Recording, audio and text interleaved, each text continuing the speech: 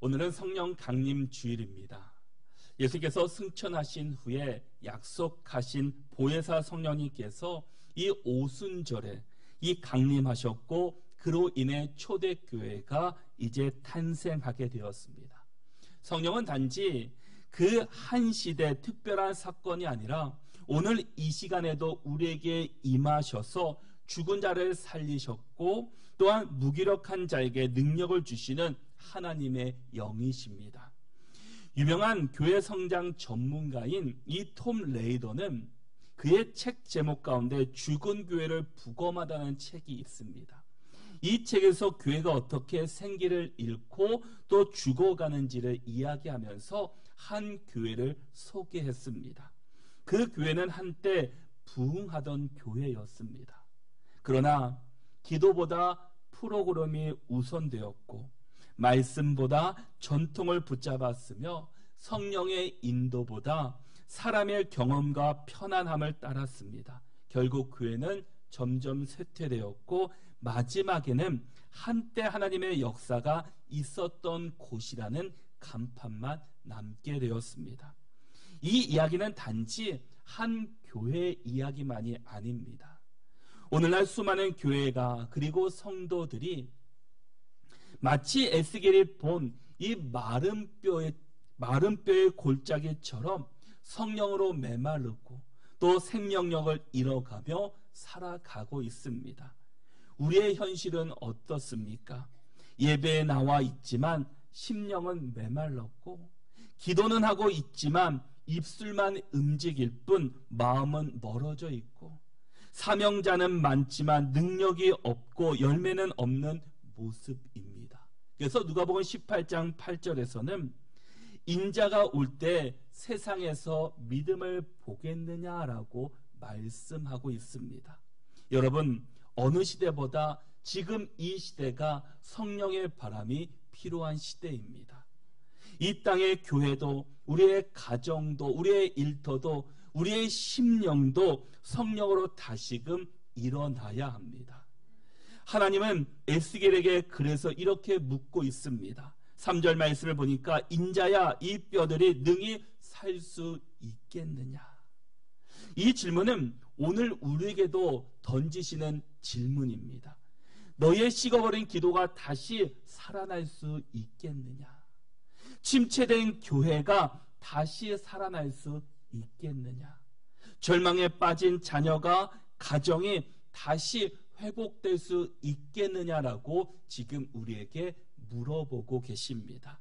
그 질문 앞에 에스겔은 어떻게 대답했습니까? 3절에 보니까 주 여호와여 주께서 아시나이다. 그 대답 속에 담긴 의미는 분명했습니다. 나는 할 수 없지만 하나님은 하실 수 있습니다라는 고백입니다. 오늘 말씀은 바로 이스라엘 땅의 회복을 말씀하시는 그 본문입니다. 에스겔은 남유다 왕국의 마지막 시기에 활동했던 선지자입니다. 이스라엘은 솔로몬의 아들 르호보암 때 남쪽과 북쪽으로 나누게 됩니다. 그러나 그들의 죄악과 우상 숭배로 말미암아 이 북이스라엘은 아수르에게 주전 722년에 먼저 멸망당합니다. 그리고 남유다도 그들의 죄악과 이 불순종과 우상 숭배로 말미암아 이 바벨론에 의해서 BC 586년에 멸망하고 말았습니다. 그런데 에스겔은 이 기원전 이 597년에 이 바벨론의 2차 침공 때 포로로 바벨론에 끌려간 사람입니다. 당시 남유다의 영적 상태는 최악이었습니다. 그래서 하나님께서는 더 이상 그들을 둘 수 없어서 에스겔 선지자를 부르셔서 그들의 죄악을 선포하셨습니다. 기회를 주신 것입니다. 그러나 그들의 영적 상태는 어떠했습니까? 하나님을 믿는 백성이지만 우상 숭배와 이 도덕적 타락이 극심했습니다. 유다 백성은 예루살렘 성전이 있는 것을 안주하며 하나님의 말씀에는 불순종하게 됩니다. 예레미야, 에스겔 등 선지자들은 회개를 외쳤지만 백성들은 전혀 듣지 않습니다. 오히려 하나님의 말씀이 아닌 이 거짓 선지자들의 말씀에 미혹당합니다. 이 당시 거짓 선지자들은 하나님이 우리를 벌하지 않을 것이다, 이 성전이 있으니까 우리는 안전할 것이다 라는 그 거짓 말씀을 전합니다. 그러나 백성들은 하나님 말씀보다는 이 거짓 선지자들의 말에 더 귀 기울였고 하나님의 말씀이 아닌 그 말씀, 거짓 선지자의 말씀에 더욱 따랐습니다. 영적으로 타락하고 우상을 숭배하며 하나님의 말씀을 듣지 않는 그들을 향해 에스겔은 이 유다의 죄악을 낱낱이 고발하며 예루살렘의 멸망이 하나님의 심판임을 분명히 그들에게 말해줍니다. 동시에 오늘 본문 가운데서는 심판 후의 회복과 이 새로운 영과 마음, 또 메시아적 소망을 예언해주는 말씀이십니다. 에스겔 37장은 이 바벨론 포로지에서 이스라엘의 절망적인 상황을 보여주는 환상입니다. 이스라엘은 국가를 잃었고 성전도 무너졌고 소망도 완전히 사라져 있는 상태였습니다. 포로로 끌려간 백성들의 이 정신적인 또 영적인 상태는 우리가 말랐고 우리의 소망은 끊어졌으며 우리는 다 멸절당했다라고 그들은 이야기하고 있습니다. 이 절망적인 시대 속에서 하나님은 이 선지자에게 환상을 통해 성령의 능력을 이 죽은 백성을 다시 살리실 것이라는 약속의 말씀을 그들에게 주시게 됩니다. 지금 남유다의 지들의 삶의 모습, 그들의 지금의 상황의 모습을 1절에서는 이렇게 소개하고 있습니다. 여호와께서 권능으로 내게 임재하시고 그의 영으로 나를 데리고 가서 골짜기 가운데 두셨는데 거기 뼈가 가득하더라. 지금 골짜기에는 뼈들이 무성했습니다. 지금 하나님께서는 에스겔 선지자를 불러서 골짜기로 그의 환상을 보여주시는데 그곳에는 그 뼈들이 가득했다라는 겁니다.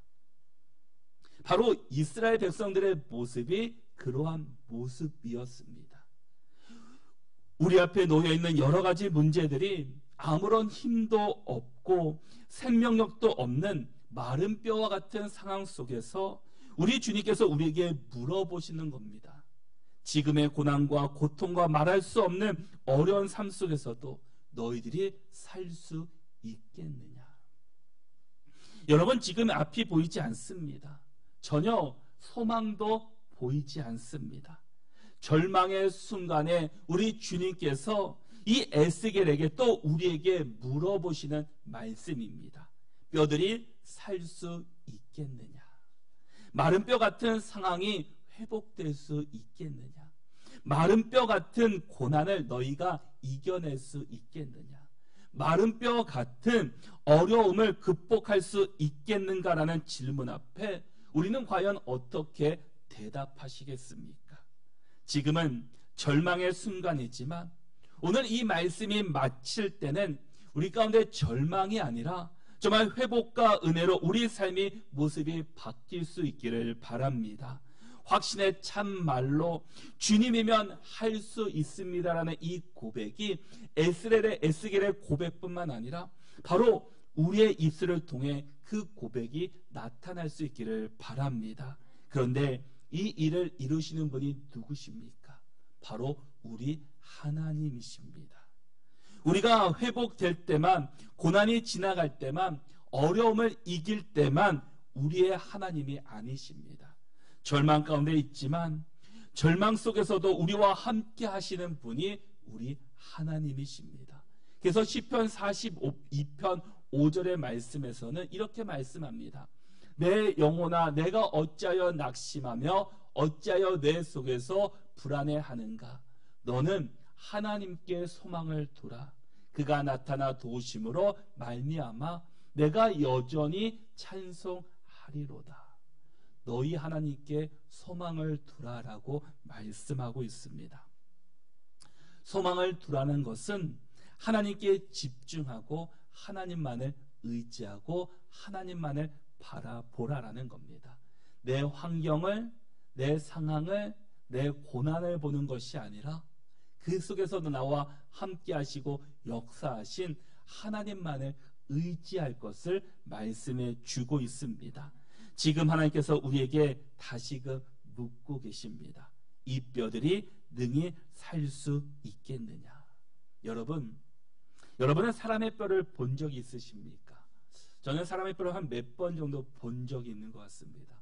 장례식을 집례하다 보면 이제 화장을 하고 나서 이제 뼈들을 다 다 모아서 갈기 전에 이제 분쇄하기 전에 사람 보여주는 그걸 본 적이 있고, 옛날에 외할머니 이제 뼈를 이제 묘를 이장할 때 그 관안에 있는 뼈가 가난이 있는 그 뼈를 본 적이 있습니다.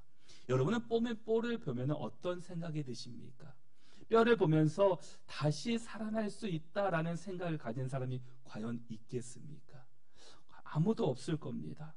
지금 하나님께서 에스겔에게 묻는 질문은 어찌보면 우리 신앙의 본질적인 도전입니다. 우리는 불가능하다고 생각하고 말합니다. 그러나 에스겔은 주 여호와여 주께서 아시나이다 라고 말합니다.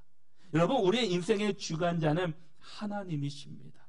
죽고 사는 것은 하나님의 손에 달려 있습니다.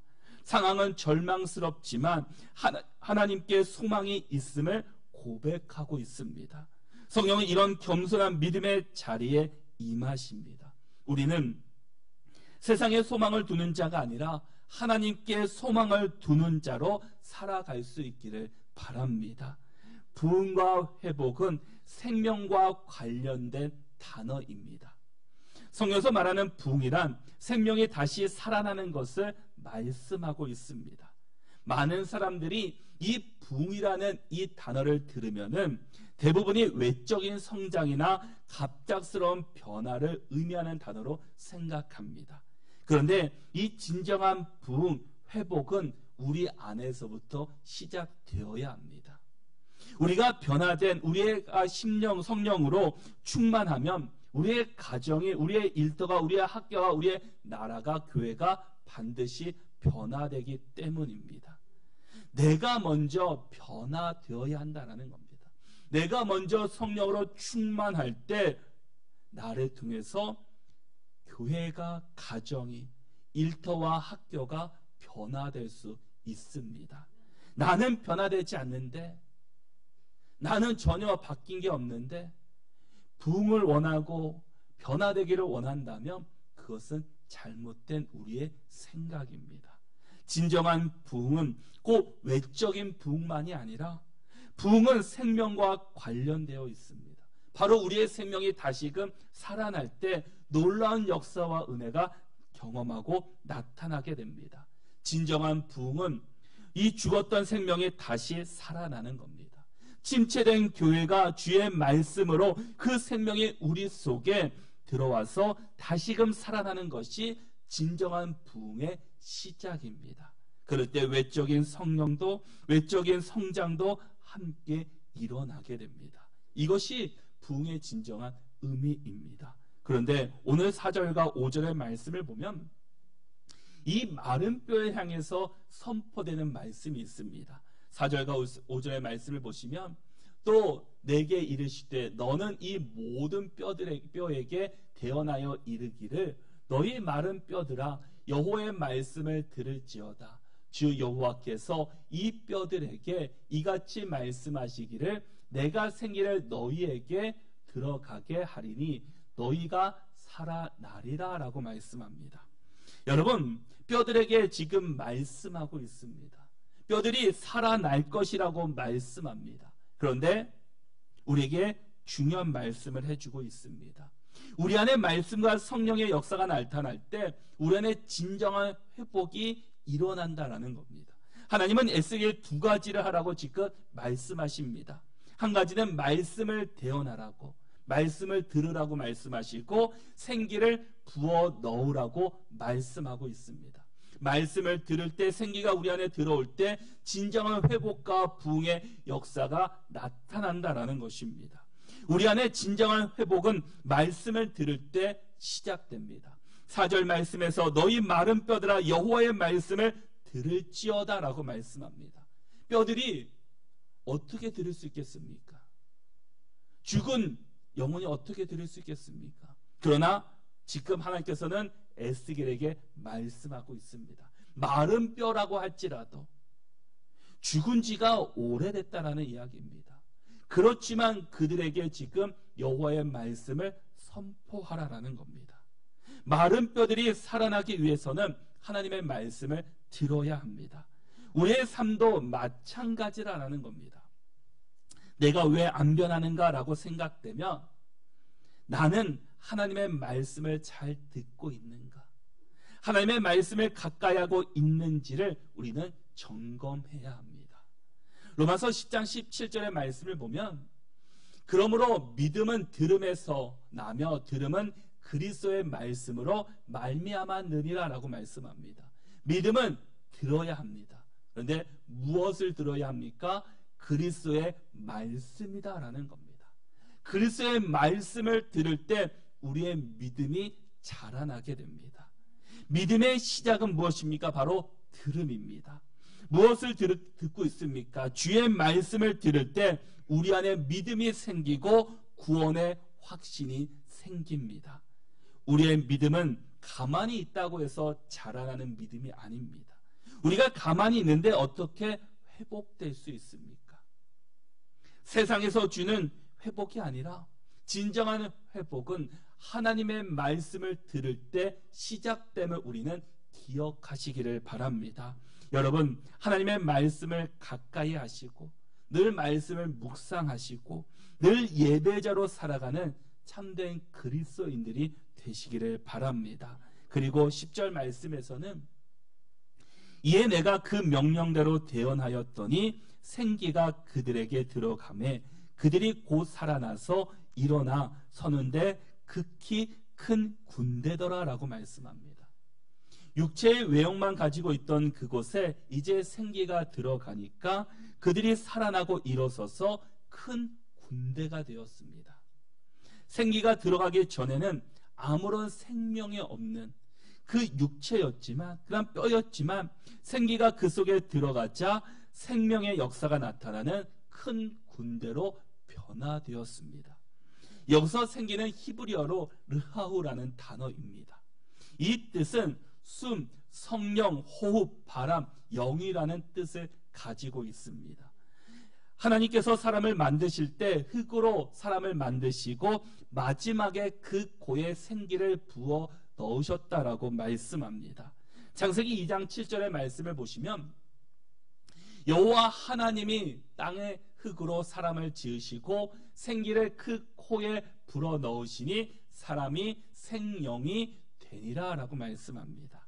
하나님께서 땅의 흙으로 사람을 만드시고 생기를 그 코에 넣으시니 사람이 어떻게 되었다고 말씀하나요? 바로 생명이 되었습니다. 진정한 회복, 진정한 생명은 우리 안에 생기가 있을 때입니다. 하나님의 영으로 충만할 때라는 겁니다. 우리 그리스도인들도 그리스도인이라는 외형만 갖추고 있는 것이 아니라 그 속에 생기 하나님의 영으로 충만해야 합니다. 세상 사람들과 우리의 차이가 무엇입니까? 우리 안에 하나님의 영 성령이 있다라는 겁니다. 보혜사 성령님께서 우리와 함께 하시다라는 겁니다. 그럴 때 진정한 참된 그리스도인으로 우리가 살아낼 수 있게 됩니다. 하나님은 왜 우리를 흙으로 만드시고 그 코에 생기를 부어 넣으셨습니까? 우리가 하나님 없이 살 수 없는 존재다라는 겁니다. 하나님의 영이 성령이 우리를 떠나가면 우리는 하나님의 자녀로 살아갈 수 없습니다. 하나님의 영이 떠난 사람의 모습은 어떻습니까? 사무엘상 16장 14절의 말씀을 보면은 여호와의 영이 사울에게서 떠나고 여호와께서 부리시는 악령이 그를 번뇌하게 한지라라고 말씀합니다. 이스라엘의 초대 왕이 사울이었습니다. 사무엘을 통해서 하나님의 기름 부음을 받은 왕이었습니다. 그런데 사울은 반복적으로 하나님의 말씀에 불순종합니다. 자신을 높이고 자기 방식대로 하나님을 섬겼습니다. 그 결과 하나님의 영은 그를 떠났고 대신 악령이 사울을 괴롭혔습니다. 하나님의 영이 떠난 사울은 능력을 상실했을 것만 아니라 하나님과의 그 관계는 단절되었습니다. 방향을 잃어버린 삶을 살고 있다라는 겁니다. 주의 영이 떠난 사울의 삶은 마치 생기 없는 이 마른 뼈와 같은 모습이었습니다. 겉모습은 왕이지만 안에는 생명이 없습니다. 성령이 없이 살아가는 성도는 신앙의 외형은 가질지는 몰라도 하나님의 능력과 방향을, 생명을 잃은 자로 우리는 살아가게 될 것입니다. 마른 뼈들에게 말씀이 선포되자 이 뼈들이 서로 조각을 맞추고 힘줄과 살이 붙습니다. 그러나 아직 생명은 없습니다. 말씀만으로 완전하지 않습니다. 바로 생기 곧 성령이 임해야 진정한 부활이 일어난다라는 겁니다.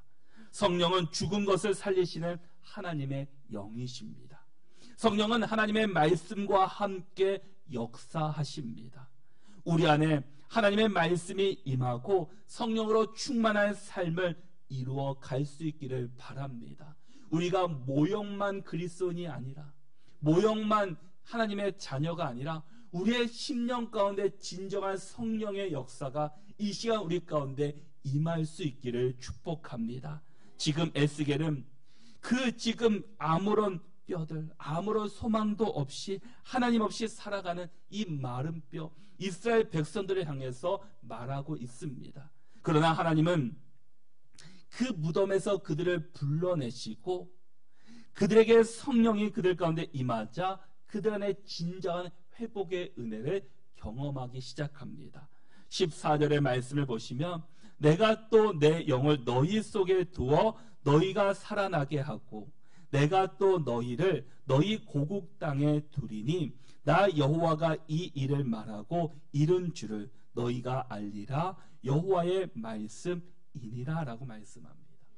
주의 성령이 너희 속에 임하면 내가 또 내 영을 너희 속에 두어 그때 교회가 다시 살아나고 우리의 가정이 회복되고 일터가 회복되고 이 나라와 우리의 학교가 회복되기 시작합니다. 성령은 우리의 영혼을 다시금 주께로 인도하십니다. 바로 예수님께서 십자가에서 죽으시고 부활하신 후에 이제 이 땅에 다시 오셔서 이 사역을 하신 후에 하늘로 승천하셨지만 우리에게 보내주신 분이 계십니다. 바로 보혜사 성령님이셨습니다. 성령님께서는 여전히 우리와 함께 하시고 우리와 함께 동행하십니다. 우리가 어떤 상황 가운데 있다 할지라도 정말 마른 뼈와 같은 상황 가운데 놓여 있다 할지라도 이 보혜사 성령님께서는 늘 우리와 함께하고 계십니다. 사랑하는 성도 여러분, 이 에스겔이 본 이 마른 뼈 골짜기의 환상은 단지 과거 이스라엘 백성들에게만 주시는 말씀이 아니라 오늘 이 시대, 우리 시대, 또 우리 교회, 또 우리 심령을 향한 하나님의 말씀이십니다. 하나님의 영이 임할 때 그 말라버린 뼈들이 연결되고 생기가 들어오고 큰 군대가 일어났던 것처럼 오늘 이 자리에도 성령님이 임하시면 죽은 자가 다시금 살아나고 또 하나님의 놀라운 회복과 치유의 은혜가 임할 줄로 믿습니다. 오순절 이 마가 다락방에서 성령은 불같이 바람처럼 임하셨습니다. 그들은 이전까지 이 두려움 속에 숨었고 또한 무기력하게 흩어졌던 사람들이었습니다. 그러나 성령이 임하자 어떤 일이 일어났습니까? 베드로는 예수님을 3번이나 부인했던 사람이었지만 성령으로 충만을 받고 하루에 3,000명을 회개시키는 이 복음의 사도로 변화되었습니다. 제자들은 어떻습니까? 이전에 연약한 어부여 세리였지만 성령의 능력을 입어서 세상을 뒤흔드는 하나님의 일꾼으로 변화되었습니다. 초대교회는 이 핍박 속에서도 타오르는 공동체, 이 나눔과 사랑과 능력의 공동체가 되었습니다. 그 중심에는 바로 성령님이 그들과 함께 하셨다라는 겁니다. 그들이 성령으로 충만하자 그 놀라운 일들이 일어났습니다. 성령님은 과거의 역사적인 인물이 아닙니다. 성령님은 오늘도 살아계시고 역사하시고 우리와 동행하시는 성령님이십니다. 오늘 이 시간 성령님께 마음을 활짝 여시기를 바랍니다. 죽은 뼈가 아니라 하나님의 큰 군대로 부름받은 자임을 우리가 기억할 수 있기를 바랍니다. 고린도 후서 3장 17절의 말씀에서 주는 영이시니 주의 영이 계신 곳에는 자유가 있느니라 라고 말씀합니다. 우리는 예수 그리스도의 성령의 능력으로 새로워졌고 참된 자유를 얻게 되었습니다. 성령 안에 다시금 살아나는 교회, 우리의 가정, 일터, 학교, 우리의 이 나라가 될 수 있기를 축복합니다. 우리 모든 성도들이 다시금 성령의 충만함으로 성령의 능력으로 살아가시고 성령님의 인도하신 가운데 살아가는 저와 여러분들이 다 되시기를 바랍니다.